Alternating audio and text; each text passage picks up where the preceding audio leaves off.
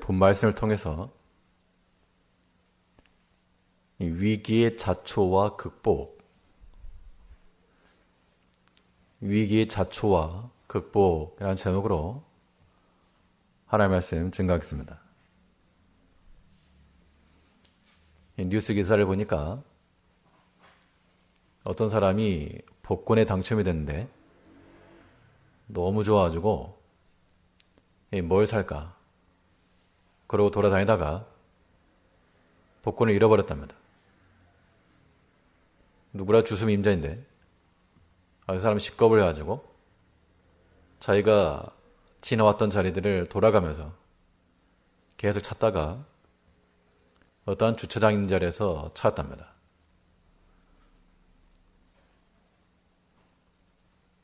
자기가 잃어버렸던 자리에 돌아가서 그 자리에서 문제 해결함을 본 겁니다. 우리의 삶 가운데 이런 일들이 많이 있어서 어떠한 문제의 원인에 대해서 그 근본에 대해서 우리가 생각해야 될 이유는 그 원인이 자리에 해결책이 있기 때문에 그렇습니다. 대부분 그렇습니다.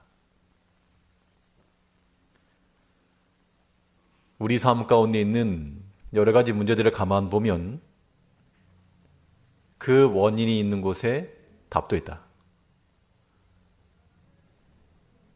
그래서 우리에게 문제가 자초되는 그곳에서 우리가 해결함을 찾을 수 있는 해답의 지혜를 얻어갈 수가 있어야 됩니다. 그러면 이 위기의 때를 이겨낼 만한 그런 지혜라고 하는 것 어떻게 얻을 수 있겠는가?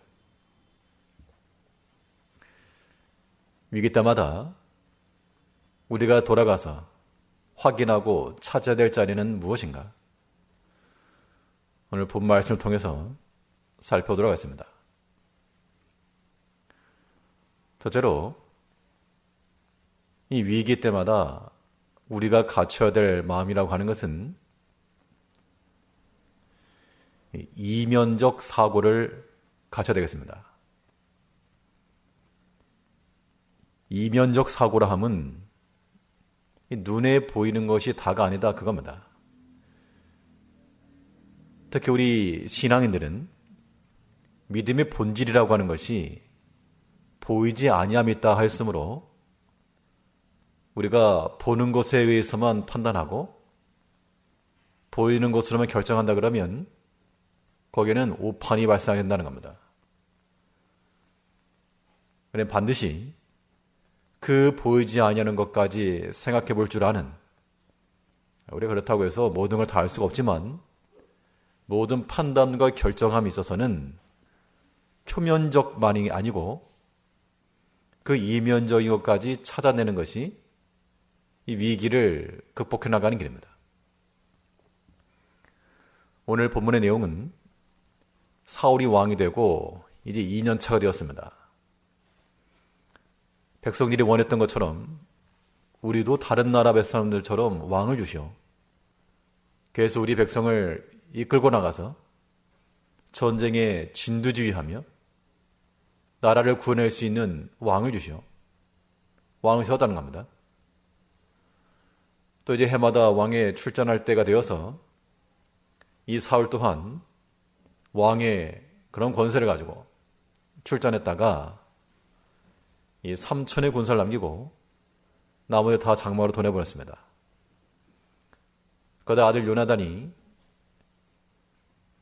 이 블레셋 수비대를 쳤는데 그 사건을 계기로 블레셋 사람들의 본진이 나왔고 그 블레셋 사람의 숨겨진 전력을 본 이스라엘 백성들은 두려워하였고 다 돌려보냈던 백성들을 다시금 불러 모았지만 두려워 떨었다는 겁니다. 그러면 사울은 왜 이 백성들을 돌아가게 만들었을까? 분명히도 이 블레셋의 숨겨진 전력을 알지 못했기 때문에 그런 겁니다. 오늘 본문 1절부터 보시면 사울이 왕이 될 때 40세라. 그가 이스라엘 다스린 지 2년에 이스라엘 사람 3천을 택하여 그 중에서 2천은 자기와 함께 믹마스와 베달산에 있게 하고 1천은 요나단과 함께 베냐민 기브아에 있게 하고 남은 백성은 각기 장막으로 보내니라. 이 장막으로 보냈다는 것이 이 백성들의 이 부역을 경감시키기 위해서 보내준 것이 아니고 이 문맥상에서 보면 이 3천으로 충분하다 판단했기 때문에 보낸 겁니다. 만약 그러지 않았으면 백성들을 다시 부를 리가 없죠. 어떤 일이 벌어졌는가 하면 4절을 보니까 3절 말씀에서 요나단이 게바에 있는 블렛 사람의 수비대를 치매 블렛 사람이 이를 들은지라. 사울이 온 땅에 나팔을 불어 이르되 히브리 사람은 들으라 하니 온 이스라엘이 사울의 블렛 사람의 수비대를 친 것과 이스라엘이 블렛 사람의 가증이 여김이 되었담을 듣고 길갈로 모여 사울을 요청하니라. 이 두 가지 문제가 발생했습니다. 하나는 2년차 사울이 아마도 호기로운 마음을 가지고 나갔을지 모르겠습니다만 이 병력을 3천으로만 거기서 1,000은 요나단에게 주고 자기에게는 2,000명만 있게 하고 지금 전쟁하러 나온 겁니다. 이것만 해도 충분하다 판단했기 때문에 그렇게 가능했죠. 게다가 요나단은 1,000명을 데리고 섣부른 공격에 나섰습니다. 블레셋의 뒤에 있는 군사력이 어떤지 알지도 못하고 갇힌 겁니다. 이 전쟁이 하나님께서 행하라 하신 것도 아니요 하나님께 묻고 한 것도 아닙니다. 본문에 보면 근거를 찾을 수는 없습니다.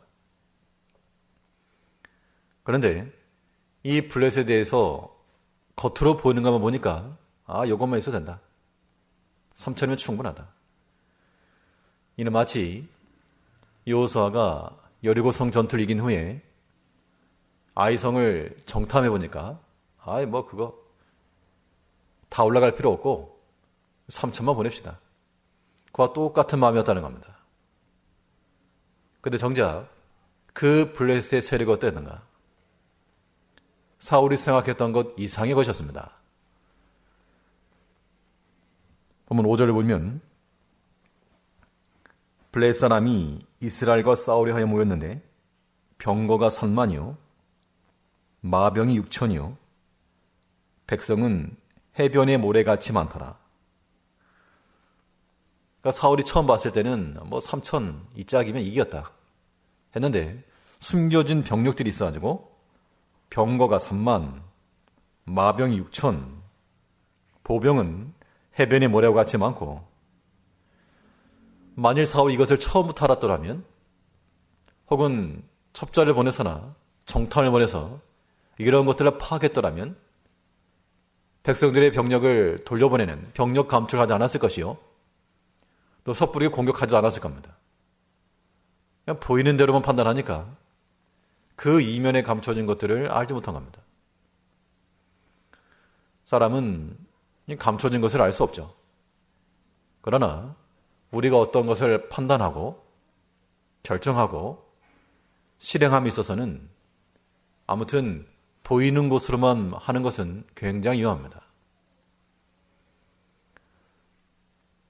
이것은 사람에 대한 평가도 마찬가지입니다.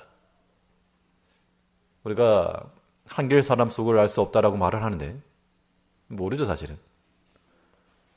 그런데 때로는 얼마 안 되는 교제 속에서 이 사람 참 좋다 속도 모른 채 또 어떤 경우는 어떤 일부 단면을 보고 이 사람은 별로다 겉으로 보이는 것으로만 판단하게 되면 거기서부터 문제가 생기는 겁니다. 이제 우리가 좀 더 지혜를 가지고 모든 면에 있어서 그 이면에 감춰진 것이 무엇인가? 사람 속을 캐봐라 이런 얘기가 아니고 우리가 알고 있는 것 그 이상의 것이 무엇인가? 이걸 항상 염두에 두고 생각하는 것이 필요하다는 겁니다. 그러면 내가 알지 못했던 것을 보게 되고 깨닫게 되면 그만큼 위험 요소를 줄이는 겁니다. 그럼 이렇게만 하다 보면 그럼 인간관계 어떻게 될 것인가? 사람 믿지 못하고 의심하고 저 사람 저럴 것이다. 겉으로는 저렇게 말하는데 아닐 것이다. 말로는 저러는데 아닐 것이다. 이렇게 의심을 해야 될 것인가? 그런 측면이 아니고요. 이면적을 살핀다. 겉으로 드러난 것만으로 판단하지 말라는 것은 아무리 좋은 말을 해도 그것을 다 100%로 믿지 말고 또 안 좋은 걸 봐도 그걸 100%로 다 단정하지 말라 그 이야기입니다. 그러면 어떻게 할 것인가? 이 모든 관계 속에서는 이 대응할 수 있는 심적 여유를 지녀야 됩니다. 대응하는 심적 여유라 함이 무엇일까? 이게 이제 이거죠. 사람이 만일 좋은 말 해준다. 좋은 말이니까 잘 들어야죠. 그러나 또 한편으로는 자기 자신에게 말하기를 비록 나에게 좋은 말을 하지만 저것이 100%는 아닐 것이며 또 나의 부족한 면이 있을 것이다. 그런 마음을 가지고 들어주는 것이 대응하는 겁니다. 상대방에게 없는 소리 하지 말라고 말하는 게 아니고 잘 들어주되 본인이 판단할 때는 그것을 100으로만 받지 말고 대응하면서 받자. 대응하면서. 또 만일 나에게 원치 않는 어떠한 상반되는 것이 내게 올 때는 그것 또한 100으로 받지 말고 여유를 가지고 대응할 수 있는 대응 능력이 필요하다는 겁니다.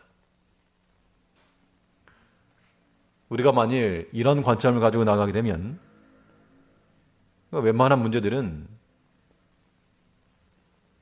큰 화로 자초하지 않고 극복해낼 수 있는 힘이 있는 겁니다. 사람을 다 믿었다가 그러니까 실망하게 되고 또 아예 마음을 닫아버려가지고 좋은 면이 있음에도 불구하고 받아들이지 못한다는 그것 또한 문제라는 겁니다. 사울은 이 블레셋과의 전투에 앞서서 그 이면의 것을 다 알지도 못하였고 그게 1차적인 문제였고 또 어떻게 보면 위험의 관리를 좀 해야죠.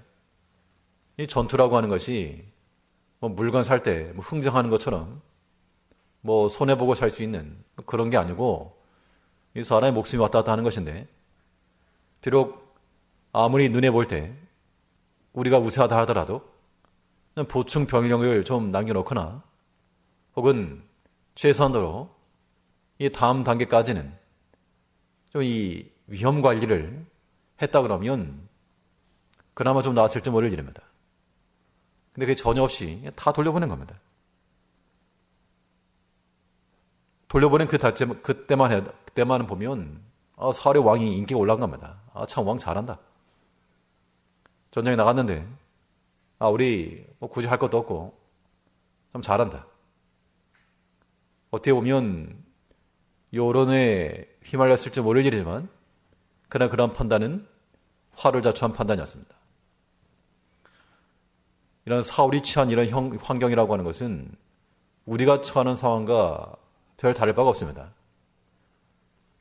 우리가 매일매일 살아가면서 여러 가지 일들을 당할 때 아무튼 우리가 잘 해결해 나가려면 얼마든지 충분히 대응할 수 있는 사람과의 관계에서도 대응할 수 있는 그런 심적인 여유를 좀 두시고 좋은 말을 들어도 우리의 부족함을 생각할 것이요.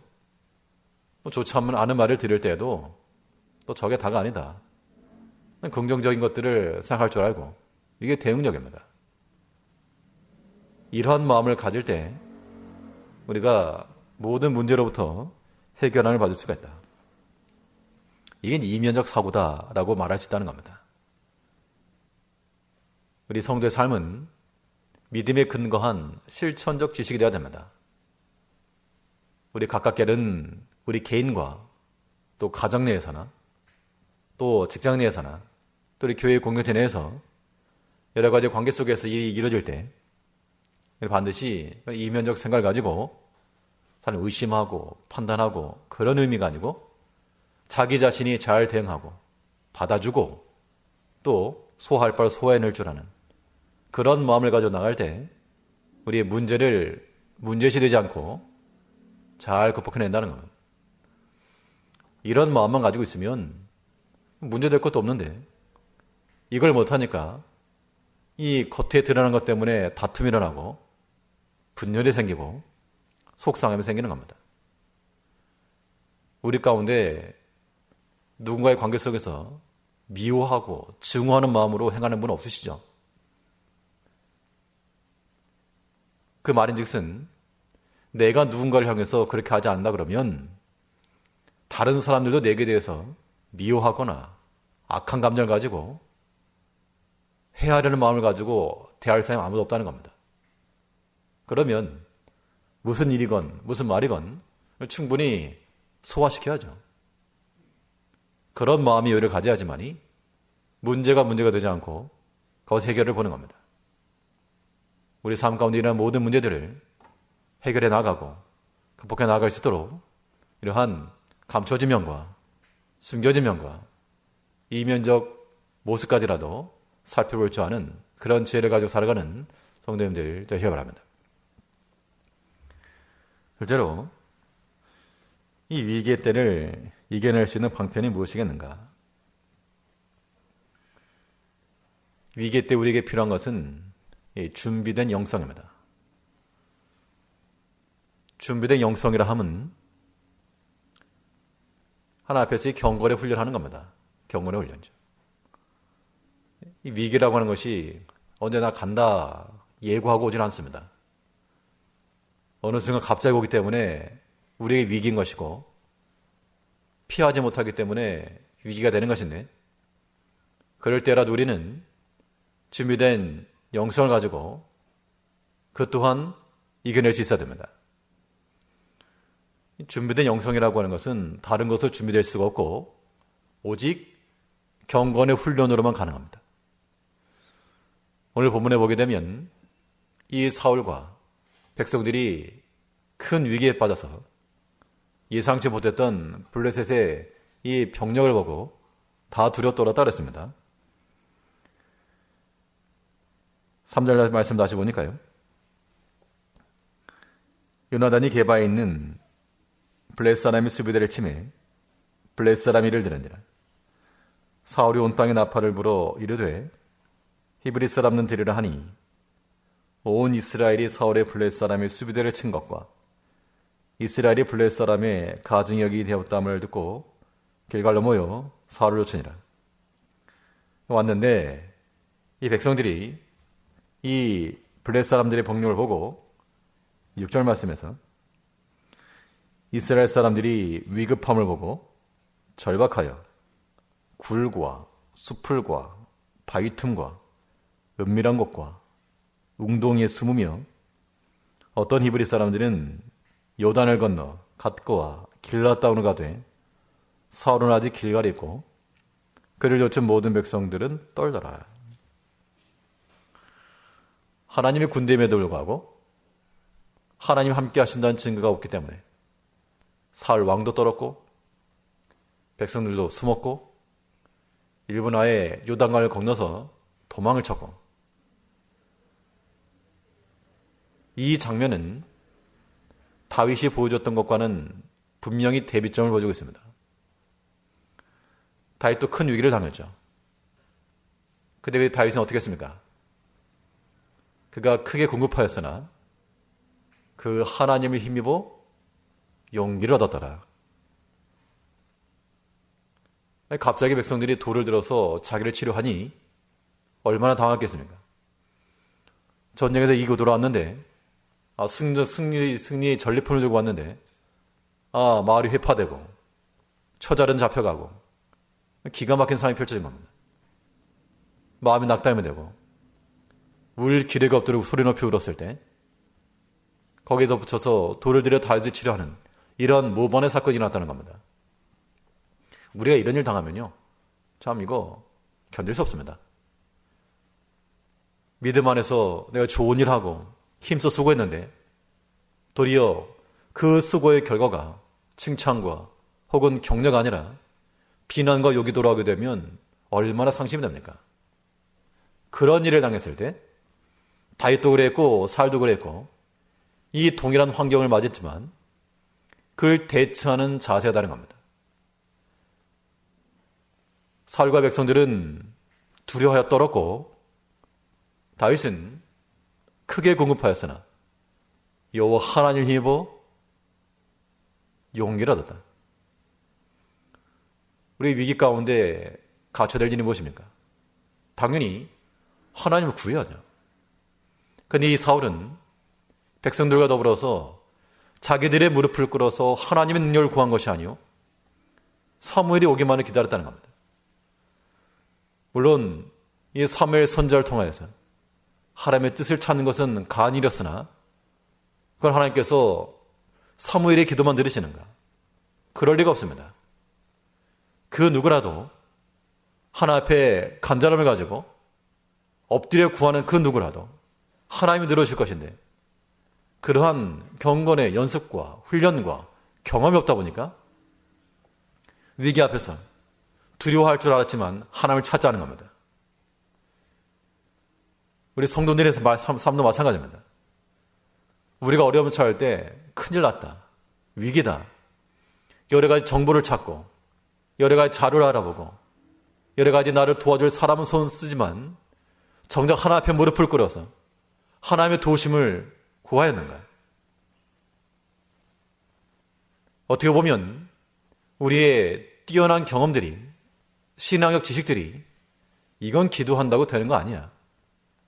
그렇게 생각하기도 한다는 겁니다. 그래서 역사함이 없는 거죠. 때로는 정말 하나 앞에 간절히 간구하는 그 단순한 마음이 하나 앞에 역사를 받는 겁니다. 오늘 아침에 새벽 시간에 이지은 성도 모친에서 같이 기도를 했는데 좀 전에 문자 오기를 수술 받지 않고 치료 받을 수 있게 되었다 연락이 왔습니다. 그런 생각을 해봅니다. 어떻게 보면 교회 입장에서 보면 초신자입니다. 그런데 본인이 처한 상황 가운데서 기도를 요청을 하였고 기도를 요청한 이유가 무엇이겠습니까?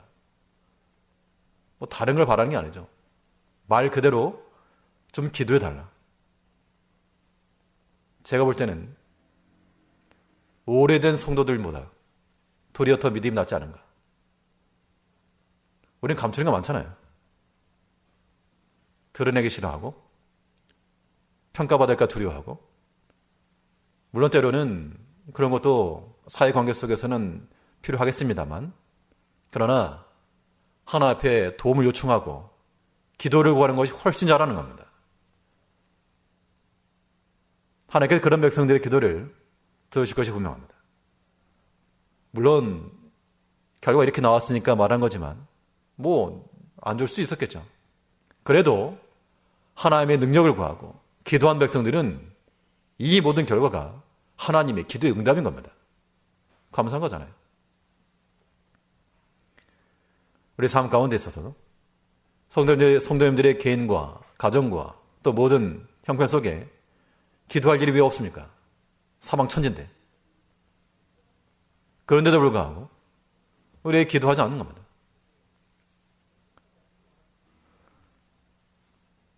기도 요청도 없는 것이고 우리가 사람의 생각을 내려놓으시고요. 우리가 무슨 사정을 안다 그래서 흉볼 사람이 어디 있겠습니까? 물론 그렇게 말을 옮기는 것도 부족 안 되겠지만 믿는 마음을 가지고 또 기도의 공동체를 이루어서 함께 기도하면 예수님께서 친히 말씀하시기를 두세 사람의 이름이 모여서 내 이름으로 기도하면 응답해 주시고 다 하지 않았습니까? 정 두세 사람 안 되겠으면 본인이라도 기도해야 될 것인데 과연 그러한가? 때는 우리가 어린아이들에게 교훈받는 것처럼 우리 제일교회 오랫동안 수십 년의 신앙의 경력을 자랑하는 모든 성도들은 때로는 초신자들의 그 단순한 믿음에 우리는 교훈을 받아야 됩니다. 분명한 것은 위기 때 하나님 앞에 간구하고 나가는 이것도 마찬가지로 훈련. 평상시 하지 않은 것이 어떻게 나오겠습니까? 평상시 기도하지 않는 모습들이 어떻게 나오겠습니까? 하나님께서 기도원을 통해서 300명을 통해 구원해 나가실 때 어떻게 선발했습니까? 물을 마시게 해라. 그래서 무릎을 꿇고 얼굴을 물에 집어넣고 마시는 자들은 한쪽, 반면에 손으로 떠서 마시는 자들은 또 한쪽. 이것이 손으로 떠먹은 사람이 특별히 용맹해서가 아니고 그것이 보여주는 것은 그들의 우상 섬기는 습관을 보여준 겁니다. 우상에 엎드려 절하던 모습이 그대로 드러난 거죠. 평상시 하는 모습들이 그렇게 나타난 겁니다. 그런 측면에서 우리의 인격적인 모습이 부족함이 많이 있지만 우리가 그때마다 우리의 책망을 받고 또 공감을 받고 돌이켜야죠. 무엇보다도 이 영적 측면에서는 이 경건의 훈련이 우리 가운데 중단되어서 안 됩니다. 경건의 훈련이 무엇입니까? 하나 앞에 찾아 나오는 겁니다. 핑계하지 않고. 물론 이 말씀은 지금 이 자리에 계시거나 이 또 가정에 계신 분들, 여기 계신 분들이 들을 말씀은 아니죠, 사실은. 하나 앞에 예배하는 것과 기도하는 것과 또 하나님 전에 나와서 힘써 봉사하는 것과 이 모든 일에 열애가 되지 않고 핑계가 되지 않고 힘써 참여를 하셔야 됩니다. 내 자리가 없어지면 안 되는 겁니다, 거기에. 이러한 경건의 훈련을 통해서, 경건의 습관을 통해서 우리의 영성이 준비가 되는 것이고 그 준비된 영성을 가지고 우리가 위기를 극복해 나가는 겁니다. 그러면 이러한 연습과 훈련하다 보면 무엇이 발견되는가 하면 이 자신의 부족한 면을 발견하게 됩니다. 반드시. 훈련하지 않으면 자신의 실력이 드러나지 않고요. 훈련하다 보면 이상하게 하면 할수록 부족함을 느낀다는 겁니다. 참 신기한 일입니다. 언어를 배울 때도 처음 한두 마디 배울 때는 잘하는 건 뭐냐. 하지만 하면 할수록 참 어렵다. 모든 학문이 다 그렇죠. 학문만이 아니라 뭐든지 연습하고 행할수록 그만큼 숙련도 있고 기술이 늘어났지만 더 알지 못하는, 더 부족한 부분을 발견하기 마련이라는 겁니다. 그러면 그런 부분이 나타날 때마다 보충해 나가야죠. 우리 영성이라고 하는 것은 현실 도피가 절대 아닙니다. 현실에 뿌리 박은 영성이야말로 참된 것이므로 우리에게 나타난 여러 가지 연약함과 부족함이 있을 때 이거는 이원론적 방법을 가지고 육은 악하고 영은 선하다 그렇게 말할 게 아니고요. 나에게 있어 부족한 부분이 나타나게 되면 그것을 고침받기 위해서 부단히 힘써야 됩니다. 오늘 본문에 보게 되면 한 가지 특징적인 면이 나타나고 있는데요. 지금 사울과 이 군대가 뭐 하러 나갔습니까? 전쟁하러. 그럼 전쟁하려면 뭐가 필요합니까? 단판하는 게 아니고 싸우는 거니까 무기가 필요하죠. 그런데 이 백성들의 손에는 무기가 없다는 겁니다. 철제 무기가 사울과 그 아들 요나단에게 있었고 그 당시 이스라엘에 철공들이 없어서 철로 된 무기를 만들지도 못했는데 그러고 전쟁에 나간 겁니다. 보면 19절을 보시면요. 때에 이스라엘 온 땅에 철공이 없어졌으니 이는 블레셋 사람이 말하기를 히브리 사람이 칼이나 창을 만들까 두렵다 하였습니다. 온 이스라엘 사람이 각기 보습이나 삽이나 도끼나 괭이를 벼리려면 블레셋 사람으로 내려갔는데 아마 이 철을 다룬 기술이 블레셋에 있던 모양입니다. 그랬어도 철은 필요했죠. 그렇다고 해서 철제 기구를 사용하지 않은 게 아닙니다. 필요한 것들을 얻으려고 블레셋에 내려가서 만들어 오고 빌려오고 그랬다는 겁니다. 농기구들을. 그러면 당연히 이 국제 정세를 돌이켜보거나 그 당시로 혹은 이 경제적으로 봐도 이 철기가 필요하다. 그랬으면 철공들을 키웠어야죠. 아니면 스카웃 해오든지 기술을 배우든지 가지고 이 도끼나 괭이나 삽이나 이런 걸 가져올 게 아니고 그 철을 다스리는 기술을 배우기 위해서 자체적으로 만들었어야 했네. 물론 이 블레셋에서 기술을 유출하지 않았을 것이고 오늘날 말하면 또 한편으로는 이스라엘에서 철공이 없는 상태로 있었기 때문에 전쟁이 나가도 맨손으로 나가 맨손으로. 무대뽀라고 하는 게 탭보라고 하면 이 총을 가면 총을 일본어로 총을 가리키는데 무태뽀니까 총이 없이 나간다 그런 얘기입니다. 예전 전쟁 중에 임진왜란 같은 거 오면 왜군은 조총 들고 오고 이 조선군은 활하고 칼 들고 나가는데 당연히 저쪽에 총 쏘면 쓰러지는 겁니다. 철공들이 없다 보니까 당연히 철제 무기를 만들지 못하고 그 연약함과 빈약함 그대로 나가다가 거기에 문제에 직격탄을 맞은 겁니다. 우리는 우리 자신의 문제들을 잘 알고 있습니다. 누가 가르쳐주지 않아도 우리 스스로의 부족함, 마치 철공이 없는 우리의 상태를 우리가 알죠. 그럼 그걸 어떻게 할 것인가? 그것을 보충해 나가는 겁니다. 또 한편으로 우리가 공동체적으로도 이런 걸 생각하게 되면 참 마음도 무거움이 많이 있죠. 교회적으로 어떻게 철공들을 키워낼 것인가? 이것이 우리에게 하나의 숙제가 될 것인데 우리가 이런 마음 속에서 또 사명감을 가지고 중요한 것은 누구를 만들 것인가가 아니고 우리 스스로가 되면 되는데 나는 안 되고 노물시키려고 하니까 이 문제가 되는 겁니다.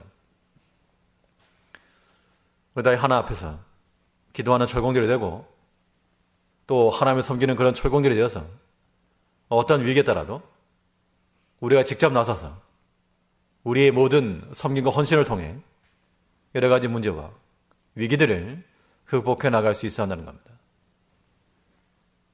여러 가지 위기를 극복해낼 수 있는 길은 하나 앞에서 갈고 닦여진 경건의 훈련이요 또 연단된 우리의 신앙인격입니다. 이러한 모든 모습들을 통해서 우리에게 다가오는 모든 위기들을 문제로 받지 말고 극복해 나가는 그런 지혜를 갖는 성도님들이 되셔야 되겠습니다. 첫째로는 이 위기 때를 이겨낼 수 있는 방편이 무엇이겠는가? 여러 가지 위기 때를 만날 때는 인내하는 마음이 필요합니다. 조급함을 따라 행하는 모든 일에는 거의 99%가 후회하는 경우가 많습니다. 마음이 급함이 있어가지고 성급히 결정하고 성급히 행할 때 돌이켜보면 후회하는 경우가 정말 많습니다. 좀 여유있게 인내하면서 기다리면서 나갈 때는 그런 착오를 좀 줄일 수 있지만 그렇지 않으면 뭐가 그렇게 바쁜지 마음이 급해가지고 그렇게 하다 보니까 문제가 생기는 겁니다. 오늘 본문에서 이 사울이 당한 문제도 기다리지 못한 거죠. 사무엘이 오기를 기다리다가 기다리지 못하고 자기가 본질을 들었다는 겁니다. 오늘 본문에서 8절 말씀 보니까요. 사울이 사무엘의 정한 기한내로 이래를 기다리되 사무엘이 길갈로 오지 아니하며 백성이 사울에게서 흩어지느니라. 사울이 가로되 번제와 화목제물을 이리로 가져오라 하여 번제를 드렸더니 번제 드리기를 필하자 사무엘이 오니라. 사울이 나가 맞으며 무난하며 사무엘이 가로되 왕이 행한 것이 무엇이뇨? 사울이 가로되 백성은 나에게서 흩어지고 당신은 정한 날에 오지 아니하고 블레셋 사람이 민마스에 모였음을 내가 보았으므로 이 내가 이르기를 블레셋람 나를 치러 길갈로 내려오고 있거늘 내가 여호와께 은혜를 간구치 못하였다 하고 부득이하여 번제를 드렸나이다. 이래를 기다려 그래도 기다렸는데 마지막까지 못 기다린 겁니다. 마지막까지. 그러니까 이제 번제를 드리고 나니까 사무엘이 왔다 그랬죠. 어떻게 보면 이게 무슨 뭐 장난하는 것처럼 보이지만 하나님께서 우리를 그렇게 테스트하신다는 겁니다. 조금 더 인내하고 사람의 마음과 인간적 생각이 지금 기다리지 못하고 이 번제와 화목제를 드리는 것도 아마 시간적으로 봤을 때 일이 마지막까지 가지 않고 아마 날이 새가지고 뭐 전실 때는 되었을까? 아무튼 그 조급한 마음에 향한 조급한 마음에 사무엘이 안 오니까 백성들은 떠나고 블레셋은 진을 치고 있고 그 내가 부득이하여 이 말을 바꾸면 어쩔 수 없이 우리가 잘 아는 말입니다. 어쩔 수 없이 부득이하여 이런 말들이 문제를 더 키워가는 겁니다. 우리 마땅히 사람이 감당할 부분을 잘 감당해야 됩니다. 사람이 감당할 부분은 자기가 할 일 넘어서 이 번제와 화목제를 드리는 게 아니라 하나님께 은혜를 구하지 못했으면 하나님께서 마음에 평안함을 주실 때까지 엎드려 구하는 거죠. 하나님의 때가 임할 때까지 하나님의 구원의 은총이 그 구원의 손길이 느껴질 때까지 하나님 앞에 엎드려 기다릴 것인데 그렇지 못하고 행동이 먼저 나가다 보니까 오기를 하고만 갑니다. 우리가 인내의 마음을 가지려면 아무튼 조급한 마음 버리셔야 됩니다. 조급함이 왜 올까? 우리 마음 가운데 조급함이 들어오는 많은 이유는 거기에 다 욕심들이 붙어있기 때문에 욕심들이. 이거 상실할까 봐. 얻지 못할까 봐. 근본 들어가 보면 다 거기 걸리게 되어 있습니다. 결국 마음의 조급함이라고 하는 것은 탐심에 기인하는 것이 많고 인간적 그 욕심을 채우려 하다 보니 하나의 말씀이 오고 하네 지어치는 겁니다. 핑계를 내는 것이고 이제 우리는 우리의 마음 가운데 두려움이 사라지기까지 그 마음의 조급함 사라지기까지 하나님 믿으시고 이 불확실한 세상 가운데서 확실한 거 하나 있지 않습니까? 하나님 확실하심으로 그 능하신 하나님이 언제든지 나를 도우신다. 나와 함께 하시면 얼마든지 상황이 바뀔 수 있다. 그 단순한 믿음을 가질 때 그것이 우리를 하여금 이기게 만드는 것이요 해결함을 주는 겁니다. 복잡한 데 있지 않고 단순한 데 있습니다. 우리 여러 가지 시험과 문제를 만날 때 눈에 보이는 표면적으로 생각하지 마시고 마음의 여유를 가지고 그 속에 있는 것 좋은 것을 찾아내시고 날마다 이 경건과 우리 인격에 염습되고 훈련된 것을 통하여 하나님의 때까지 인내하면서 마음에 급해지지 마시고 위급해도 급하지 말고 하나님을 온전히 믿으시고 하나님의 때까지 곧 옵니다. 번제 드리고 나니까 3일 곧 오지 않았습니다. 우리에게 조급한 마음, 인본주의만 좀만 기다리면 하나님이 구원의 손길이 임한다. 그 믿고 모든 위기 때를 다 승리로 바꿔낼 줄 아는 지혜로운 성도님 되시기를 바라겠습니다. 기도하겠습니다.